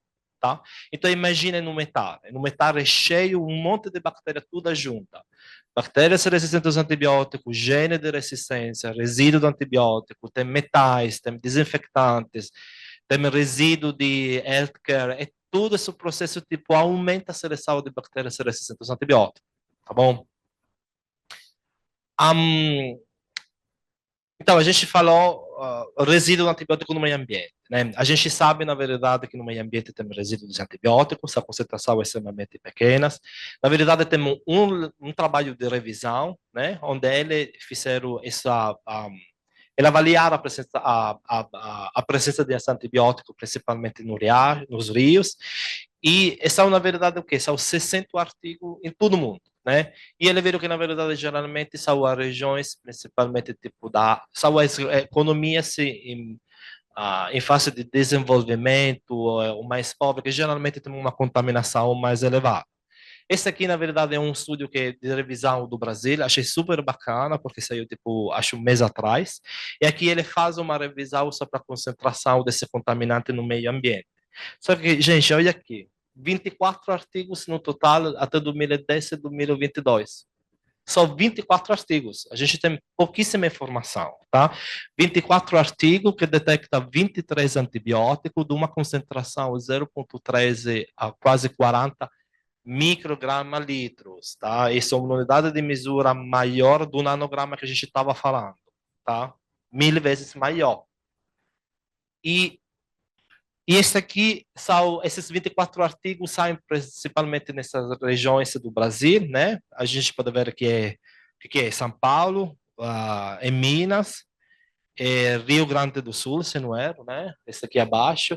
É só 2 artigos no norte do Brasil, tá? Então a gente não tem informação da maior parte do Brasil. E a principal matriz de água estudada nesse artigo são esse aqui. Esse aqui é água superficial, olha, o 62%, né? Depois temos efluente de etar, que é o 20%. A percentagem muito mais pequena é água hospitalar, é resíduo de esgoto do hospital, mar e água potável. E ele encontra esse aqui. O principal contaminante de antibiótico no Brasil é sulfatamexazol, com uma concentração de 37 microgramas, né? Temos também a ciprofloxacina aqui, né? Depois esse aqui verde é oflaclacin, tá? E esse aqui é a frequência onde esses antibióticos são principalmente encontrados, né? São principalmente água superficial e água de esgoto hospitalar, tá? Quando a gente fala de água superficial, na verdade a maioria dos artigos, para aquilo que eu ler, são principalmente rios, tá? Então falta também muitas outras matrizes aquosas, né? Pode ser lago, pode ser vários outros ambientes. E então a gente falou então dessa contaminação das bactérias resistentes, gene de resistência, resíduo de antibiótico, né?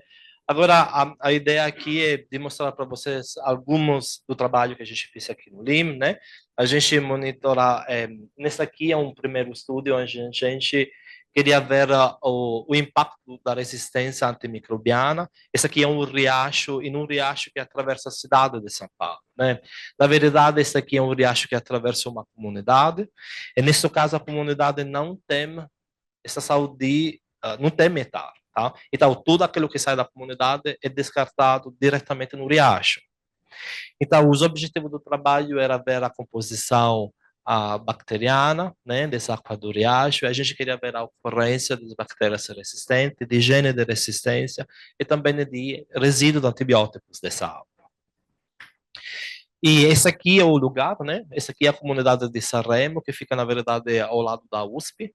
Uma comunidade que tem abastecimento de água potável, né? Não tem água de esgoto, como a gente falou, né? Então, geralmente, tudo o esgoto vai diretamente dentro do riacho, né? Esse aqui é o riacho antes de entrar na comunidade. E isso que acontece, devido também a uma conformação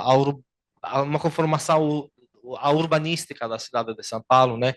Por exemplo, a gente não sabe onde nasce esse riacho, então é difícil para a gente fazer uma coleta e, nesse caso, medir o impacto, nesse caso, da comunidade. Mas isso aqui não é o objetivo do estudo, né? O objetivo do estudo era ver a prevalência da resistência antimicrobiana nesse ambiente, tá bom?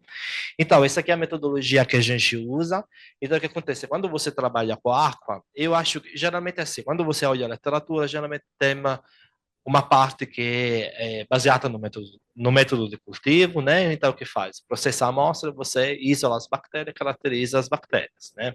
Só que é bem bacana quando a gente começa a olhar essa resistência antimicrobiana misturando as metodologias. Então, utilizando metodologia de cultivo e também metodologia baseada no molecular. Tá? A gente aqui fez uma metodologia de cultivo, então a gente pegou essas amostras d'água para isolar as bactérias, a gente utilizou meio específico, né? A gente isolou essas bactérias, caracterizou essas bactérias, também identificamos. A gente também aplicou metodologia baseada no molecular, então a gente que fez? Fiz a extração do DNA da comunidade bacteriana, ou seja, você pega a amostra da água, filtra essa água através de uma membrana, depois faz a extração do DNA. Isso é para fazer o quê? É para pegar todo o DNA de toda a comunidade naquela amostra, tá? E também para fazer gene de resistência, né? E de algum isolado a gente fez também o sequenciamento completo do genoma.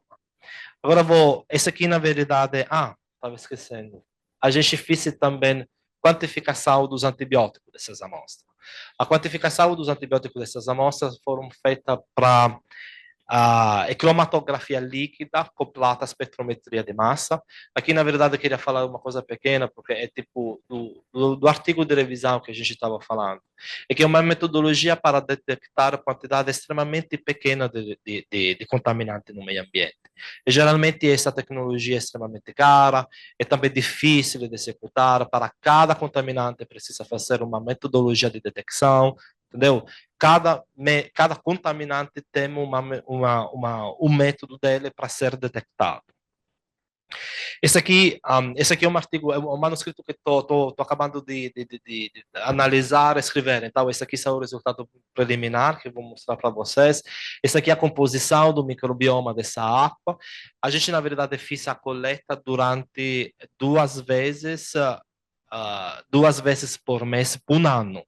Só que esses dados são só do período do verão, tá? E aqui, nesse verão, a gente fez tudo essa metodologia que a gente estava falando, cultivo, molecular e antibiótico. Esse aqui, o microbioma, a gente podemos ver que, na verdade, não temos uma flutuação do microbioma estatisticamente significativa durante o verão, né? A gente pode ver que alguma bactéria, por exemplo, bacteroidia, essa aqui verde, muda, né? Mas as principais bactérias que a gente encontrou é protobactéria, bacteroidetes, firmicutes, campylobacteriota, né? E esse aqui. Lembra aquela lista prioritária do começo, né? Protobactéria, tá bom? Esse aqui são o gene de resistência da água. Então, a gente dá do DNA que a gente extraiu, a gente fez também a PCR convencional. A gente não fez PCR quantitativa. Seria legal fazer PCR quantitativa para quantificar a presença do gene no meio ambiente. Então, ter uma estimativa do impacto daquele gene naquele ambiente, tá bom?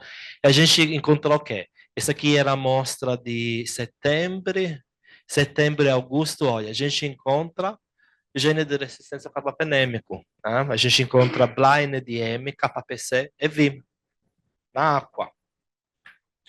Esse aqui são resultados sobre o resíduo do antibiótico nessa água, né? A gente pode ver que principalmente a azitromicina aqui, olha, e levofloxacina, né? A gente encontra em todos estação, em todos os dias da coleta. Gente, isso aqui é micrograma litro, então 0,07, muito pequeno. Mas se a gente faz a conversão em nanograma, fica um pouco maior, né? A gente também esporadicamente encontrou cefotraxona. Esse aqui é o resultado sobre a distribuição da fenotipagem da resistência aos antibióticos.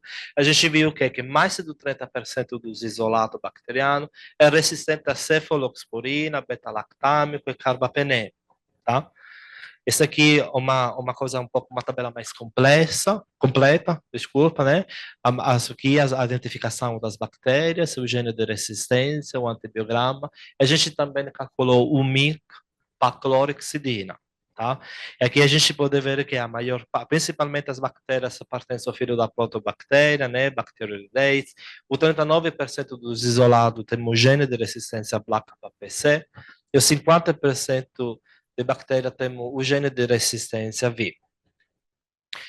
A gente também começou a fazer análise do sequenciamento completo do genoma, né? A gente, na verdade, assim, a gente fez análise, mas é preciso arrumar os dados. Mas só para mostrar algumas coisas, achado. Por exemplo, esse aqui, olha, esse aqui é um isolado, esse aqui é uma serrácea, né? E neste caso tem esse gene, né? Resistente a esse antibiótico testado. E olha, tem uma MIC bem elevada de clorexidina. Quando a gente faz a análise do do Whole Genome Sequence, do sequenciamento completo dessas bactérias, a gente encontra outros genes de resistência, né? Inclusive esse aqui, que é uma bomba de fluxo que confere resistência a vários antibióticos, tá? E tem também plasmídio. O plasmídio do grupo INC, são plasmídio, lembra aquela discussão da transmissão horizontal do gene da conjugação? O INC são o plasmídio F, ou seja, plasmídio que fazem conjugação, e geralmente tem gene de resistência, tá bom? Esse aqui é uma análise do Enterobacteriaceae, do Enterobacter, né? Sempre que a gente isolou. Olha aqui, esse aqui, Quack-L, gene de resistência ao biocida, tá? Gene de resistência ao beta-lactâmico. Esse aqui também, olha, além do gene de resistência, aqui também a gente encontra gene de resistência à fosfomicina, a gene de resistência ao biocida, e olha, esse aqui é gene de resistência a antibiótico, detergente, desinfectante. E tem também outro plasmídio do grupo INC, tá?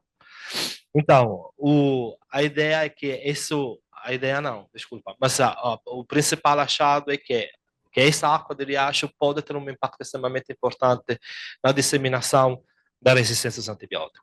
A gente, na verdade, pode comentar essas conclusões depois. Aquilo que eu queria dizer principalmente aqui é o achado da azitromicina, que nessa concentração que a gente achou, é considerado um marcador de poluição por antibiótico. Ou seja, a gente sabe que nessa concentração da azitromicina, que geralmente é 1 micrograma por litro, ele pode induzir, selecionar bactérias resistentes. Tá?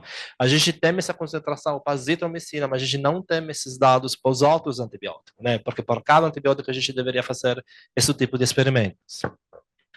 Esse aqui é um outro trabalho que a gente acabou de publicar 2 semanas atrás, né? Esse aqui foi um estudo multicêntrico, foi um estudo com o Brasil, Camarões, Madagascar, foi um estudo pago pela Fundação Merier, e o objetivo desse estudo era avaliar a presença desse poluente químico, né, no meio ambiente durante o período da pandemia, que foi entre janeiro e junho, tá, do 2022.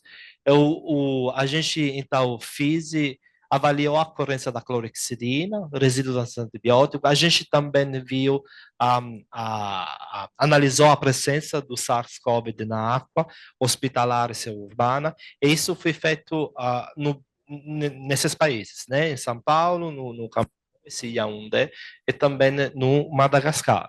A gente, dessas amostras d'água, fez também no microbioma, dessas mesmas amostras, a gente depois fez estudo de correlações, que depois eu vou mostrar para vocês o que é. Esse aqui é para mostrar, é para dizer principalmente que, mesmo que foi um estudo conjunto entre Brasil e África, na verdade, temos diferença na urbanização, né? Por exemplo, o esgoto do hospital, geralmente no Brasil, é como na maioria do mundo, o esgoto hospitalar é descarregado no esgoto urbano, tá? Isso depois vai no etar. Depois de tratado, a água do etar vai onde? No meio ambiente, tá? Na África é um pouco diferente, porque o etar hospitalar vai diretamente no riacho. Tem etar na África, mas às vezes o etar não está funcionando, tá bom? E depois, tipo, descarga no meio ambiente. Então, dessas amostras d'água, a gente fez, já falamos, né? Detecção de composto farmacêutico, ácido, microbioma, estatística multivariada. Isso é quando você quer ver o impacto de um parâmetro como impacta uma determinada população bacteriana. Esse aqui foi o principal, a água que a gente coletou, né? Esse aqui é no Brasil. A gente então coletou água hospitalar, né? E a água urbana. Só que acontece que São Paulo é uma cidade extremamente grande. Então a gente botou 2 etar, tá? Um é São Miguel e a outra parte do Novo Mundo. Esse aqui é o ponto de coleta no Yaoundé e também em Antananarivo, que é no Madagascar, né?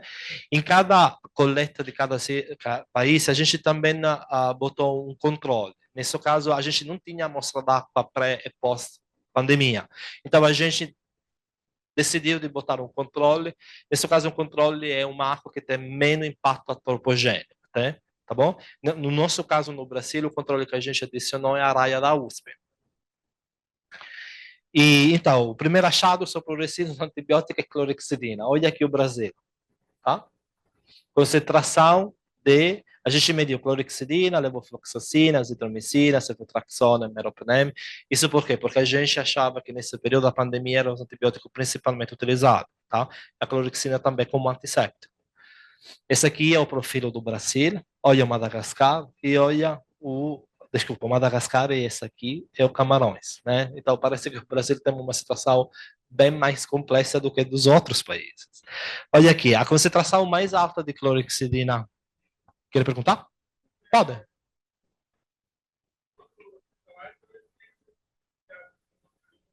Sim, deveria. Isso é uma mesura de prevenção que a gente tem que começar a pensar quando a gente quer, quando a gente fala de resistência aos antibióticos. É que a gente, na verdade, o etar do hospital, desculpa, o esgoto do hospital, assim como o esgoto industrial, esse esgoto deveria ser tratado à parte. À parte não, mas pode ser tratado. Existe. Então, existe alguma realidade, por exemplo, eu conheço um hospital na Holanda, onde eu acho que é um dos poucos, na verdade, né? Porque não é muito comum.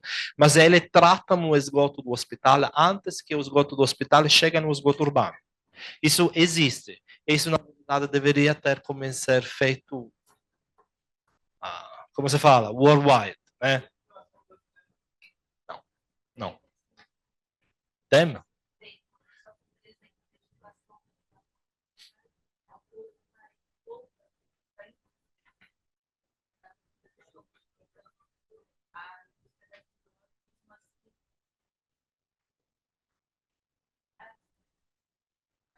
Mas...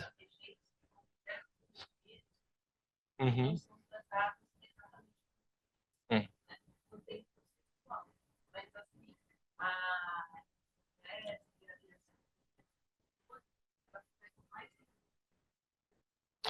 Então, tem estudo de monitoramento do antibiótico desse poluente no sistema ambiental, né? Tem a CETESB, só que não tem, para aquilo que eu sei, não tem regra sobre o nível de contaminação dos antibióticos no meio ambiente, por exemplo. Entendeu? Agora, da empresa, não sei, mas eu não conheço nenhum hospital no Brasil que trata água residuais antes de tratar a água no sistema urbano.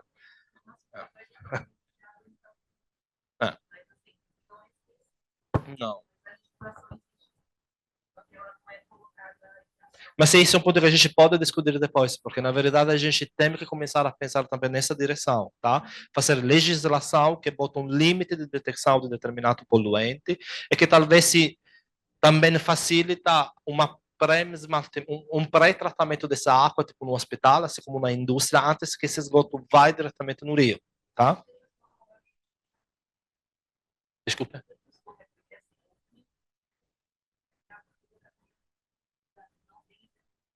Ah, sim.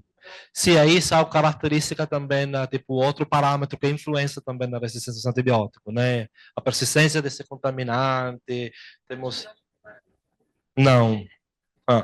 Esse aqui é a concentração de clorexidina, a concentração mais alta que a gente encontrou é 90 microgramas por litro, tá?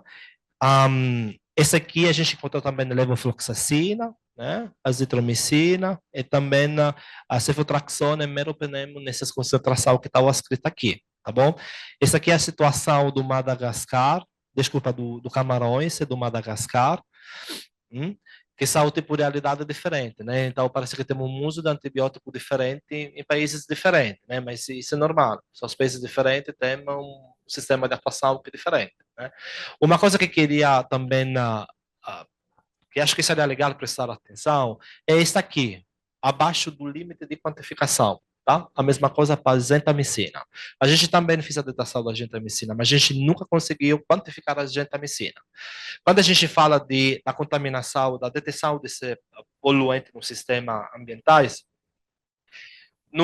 são quantidades extremamente pequenas, né? Então a gente fala tem dois terminologias. Um é o limite de detecção, que é aquele limite mais baixo para você detectar um composto. Ou seja, a tua espectrometria de massa vai dizer, olha, esse é composto aqui, mas eu não consigo quantificá-lo. Tá? Depois, um pouco mais para cima do limite do limite de detecção, a gente tem o limite de quantificação, que é aquela quantidade que depois para cima a gente consegue quantificar, né? Então, nessa tecnologia, na verdade, a gente tem esse intervalo entre o limite de detecção e o limite de quantificação, onde a gente sabe que aquele composto está lá, só que a gente não consegue detectar, quantificá-lo, tá bom? Uma outra coisa que acho que é bem interessante, olha, isso aqui é a clorexidina no meio ambiente, tá? Quando eu comecei a escrever o artigo, pronto, estava fazendo a discussão, né? Aí eu comecei a pensar, tenho que falar um pouco da clorexidina. Gente, não tem artigo com detecção da clorexidina no meio ambiente, temos só 3 artigos. Um artigo é do 89, na Suécia, no sedimento do esgoto. Um outro na França, que saiu em 2017, e teve uma concentração um pouco menor dessa aqui, tá? É um outro artigo que não lembro. Então, isso significa o quê? Que é um composto que a gente usa muito. A gente sabe que ele induz co-seleção, mas a gente não tem noção da contaminação desse composto no meio ambiente, tá? Esse aqui, na verdade, a gente também fez detecção do SARS-CoV, né? Esse aqui é também a ideia do SARS-CoV, na verdade, porque tem algum estudo que fala que às vezes tipo o SARS-CoV poderia ter um efeito, como se fala, antagonista na comunidade bacteriana, né? Então a gente decidiu também de detectar os antibióticos, o SARS-CoV. Mas aquilo que a gente pode ver aqui é que a gente confirma aquilo que a gente na verdade sabe, né? Que a detecção desses de vírus ou de bactérias na água de esgoto. A gente conseguiu detectar o SARS-CoV em janeiro, fevereiro e junho, né? O número de pacientes no Hospital das Clínicas era esse aqui, né? O número mais baixo foi 30 pessoas e a gente conseguiu detectar o SARS-CoV, né? Nos outros, março, abril, a gente não detectou SARS-CoV, mesmo tendo paciente internado. Só que acontece, olha, a concentração da clorexidina aqui foi a mais elevada dos outros pontos. Então, talvez se pode interferir em alguma maneira com a detecção desse vírus. Então, isso aqui é só para abrir uma outra área. Quando a gente começa a fazer a detecção desses vírus ou bactéria, desses patógenos, é sempre bom também ter em mente a provável contaminação dos químicos que está tendo nessas amostras, tá? Essa aqui é a detecção do SARS-CoV na África, né? No Madagascar, a gente tem um número de pacientes, né? O número mínimo foi 7, né? É interessante ver que no controle que a gente utilizou no Madagascar e no Brasil, a gente não detectou SARS-CoV, né? Mas a realidade do Madagascar é um pouco diferente. A gente detectou SARS-CoV na maioria das amostras também no controle. Isso por quê? Porque provavelmente temos uma contaminação do rio, né? Do riacho. Então lá fica um pouco meio tudo contaminado e aí pode ser detecção do vírus. Nesse caso do Madagascar, do Camarões, a gente não tem dados sobre os pacientes internados por Covid. Esse aqui é um resultado sobre o microbioma, né? Esse aqui é a principal filo das bactérias que a gente achou, né? Protobactéria, Firmicutes, protobactéria esse aqui marrom, né? Esse aqui. Depois temos o Firmicutes, esse aqui. E depois a gente encontrou também bacteriota e a cinetobacteriota, né? Aqui dá para ver que na África temos uma concentração, uma prevalência maior de protobactéria, né? Do que de São Paulo, tá bom? Esse aqui é o controle, né? Esse aqui é o controle da saúde da área da USP. Esse aqui, na verdade, é um microbioma que parece muito o microbioma do lago, tá? Esse aqui é do hospital. Esse aqui é a urbana. Esse aqui é o alfa e beta diversidade que a gente faz na análise do microbioma. Isso é para ver a diversidade do microbioma nas amostras. E, por exemplo, a gente dá para ver que o Brasil tem uma diversidade na comunidade bacteriana maior do que dos outros, né? Depois Madagascar, depois a Camarões. E esse aqui é um beta para comparar quanto a tua população microbiana é diferente, né? E nesse caso dá para ver, por exemplo, olha, isso aqui é água de esgoto hospital e urbana, que é muito parecida entre elas. Esse aqui é água de esgoto ambientais da Raia, né? Que fica muito diversa das outras. E aqui a gente, na verdade, pode ver essa amostra aqui, que é a Raia da USP, que fica muito um microbioma diferente do hospital e da água urbana, né? E aqui dá para ver que é diferente. E também depois a gente achou essa bactéria que foi principalmente no Madagascar, tá? Só que a gente, quando fala de microbioma, a gente deveria também, não é só o contaminante, mas também outra parâmetro que influencia também no crescimento das bactérias, né? E essa aqui era análise multivariata, né? Esse aqui são CCA análise se chama. A gente viu que, por exemplo, no Brasil temos a azitromicina e meropenem que podem impactar o microbioma, né? Nesse caso, ele pode impactar a bactéria como enterobacteriase, flavobacteriase, né? A gente não encontrou isso no camarões, no Madagascar. Não, desculpa, camarões, né? Mas aqui a gente já sabia, a gente encontrou só a azitromicina, era uma concentração mais baixa do que daquela lei de São Paulo, por exemplo.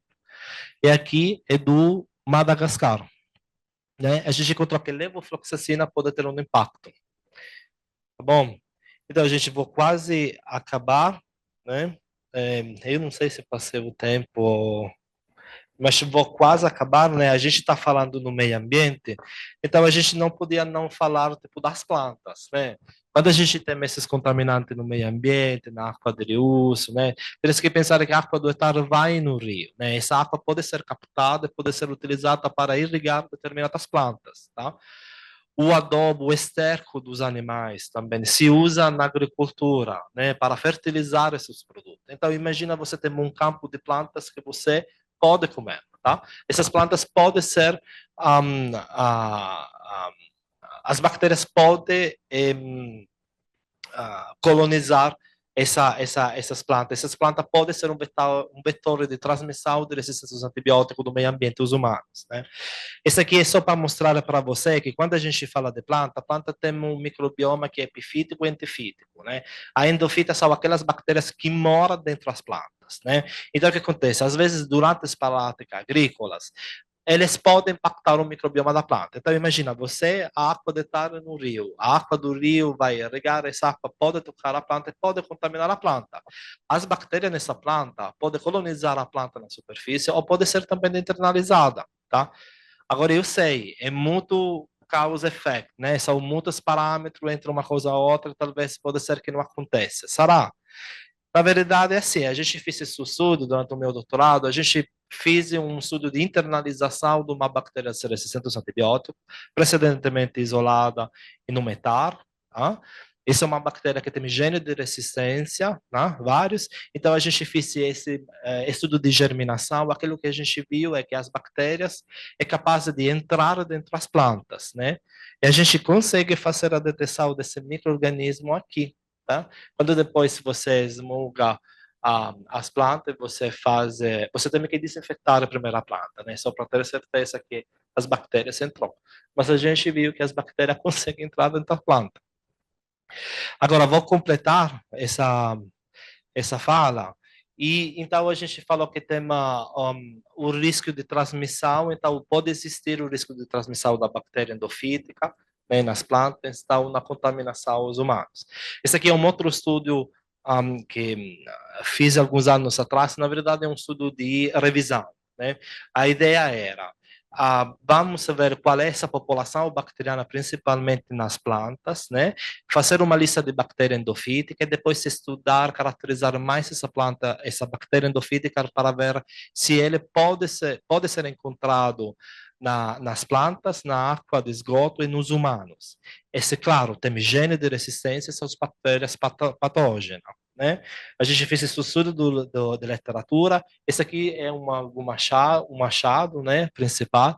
A gente encontrou 14 bactérias endofíticas, né, que podem ser encontradas simultaneamente nas plantas, na água de esgoto e nos humanos. Quando eu já falo de planta, nessa revisão também a gente selecionou algumas plantas, que são essa aqui, né, a cenoura, o pepino, a alface, o tomate. E eles são as plantas que são também mais propensos para absorver as bactérias no meio ambiente. Gente, quando a gente fala de antibiótico, tem que pensar que também a planta absorve antibiótico, tá? As plantas podem absorver antibiótico do meio ambiente. A gente não sabe o que acontece dentro da planta ainda, tá? Tem esse estudo que falta ainda. Mas, enfim, aqui a gente olha, essas bactérias aqui, em blue, são as bactérias filogeneticamente relacionadas ao grupo de bactérias escape, né? Que são as bactérias patógenas, né? E, olha aqui, a gente encontra, essa aqui é água de esgoto, né? Nos humanos, tem gene de resistência, são também bactéria patógena, tá bom? Então, existe um risco de transmissão. Esse aqui era para completar, né? É só assim, conclusões muito gerais, né? Para dizer que, na verdade, era para responder também na pergunta de antes, a resistência antimicrobiana está acontecendo agora, a gente tem uma pandemia de resistência a antibiótico, tá?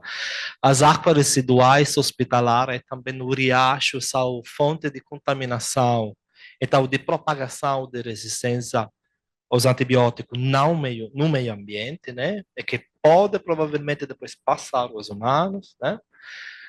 Então, a gente precisa estudar mais a contaminação do meio ambiente em todo o mundo, mas, por exemplo, aqui no Brasil, a gente tem poucos dados, né?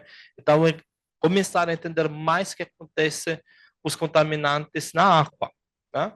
E depois também na planta, que pode transmitir gene de resistência. Enfim, aqui é só para dizer que precisamos de estratégias, né? E para reduzir essa contaminação no meio ambiente, então também na resistência antimicrobiana, tá bom? Essa aqui era a minha última slide, esse aqui é o grupo de pesquisa com a doutora Cília, né? Peço desculpa por alguns dos meus colegas que não estão na foto, gente, essa é uma foto de 3 anos atrás. E é isso, obrigado.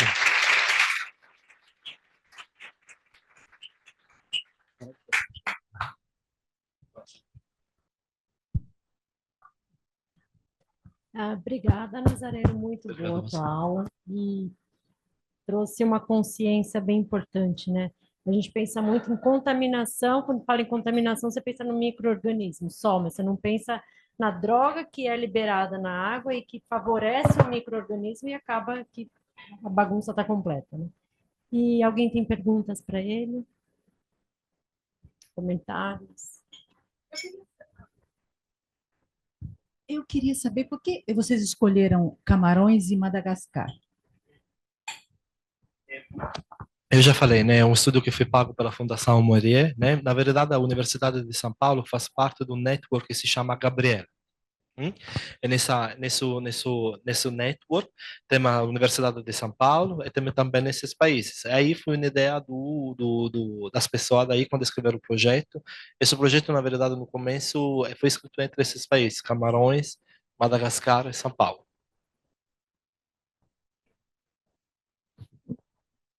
Muitos países africanos, eles têm a sua infraestrutura por conta das guerras, complica muito a investigação, não é? Não, tenho que ser honesto, a gente fez esse trabalho com eles, né, Camarões, Madagascar, mas tipo eu fui até lá, né, a gente fez uma conferência, visitei Camarões, é uma realidade diferente, mas mesmo assim ele consegue fazer pesquisa, né? É a verdade que ele tem um problema do dinheiro, que é uma realidade, né, que é muito difícil para eles. Mas em relação a isso, eu queria falar uma outra coisa. Na verdade, a gente fez esse estudo entre Brasil, África, Camarões e Madagascar, né? Eu acho que isso é um achado quase interessante, né? Porque a gente dá uma ideia do microbioma das águas, do contaminante. A gente enviou esse trabalho para várias conferências internacionais, uma muito conhecida, e não foi assim. Tudo bom, só que são os dados da África mesmo, entendeu? Então, às vezes, não é só porque as pessoas não têm dinheiro para fazer pesquisa. Às vezes, também as pessoas...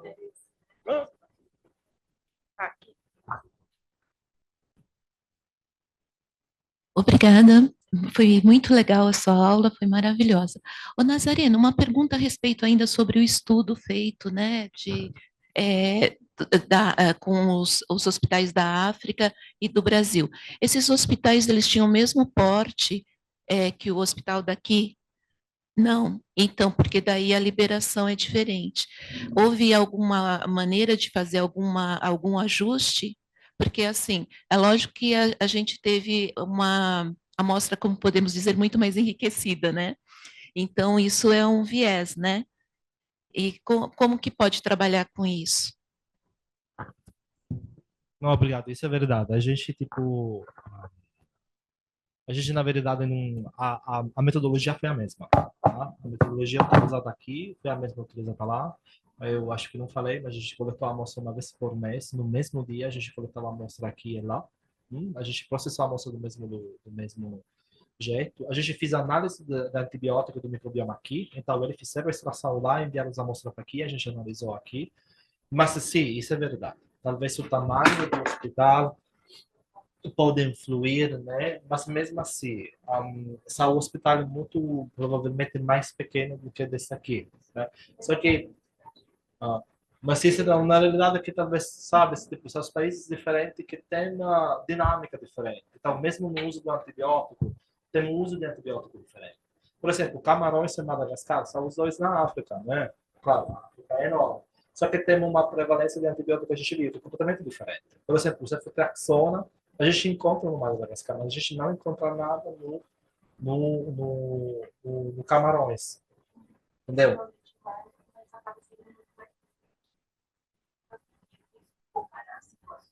Sim, comparar assim, mas em termos de comparação, claro, isso fica sempre difícil porque são realidades diferentes, tamanho diferente. Mas a gente a gente sabe que são diferentes, mas mesmo assim a gente decidiu analisar as amostras para ver o que está acontecendo.